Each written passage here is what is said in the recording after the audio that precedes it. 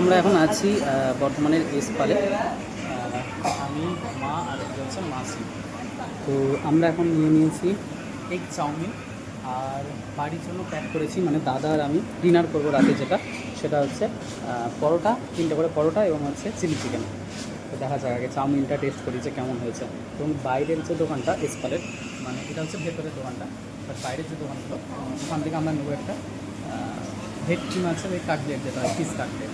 তো ওটাও টেস্ট করতে হবে কেমন।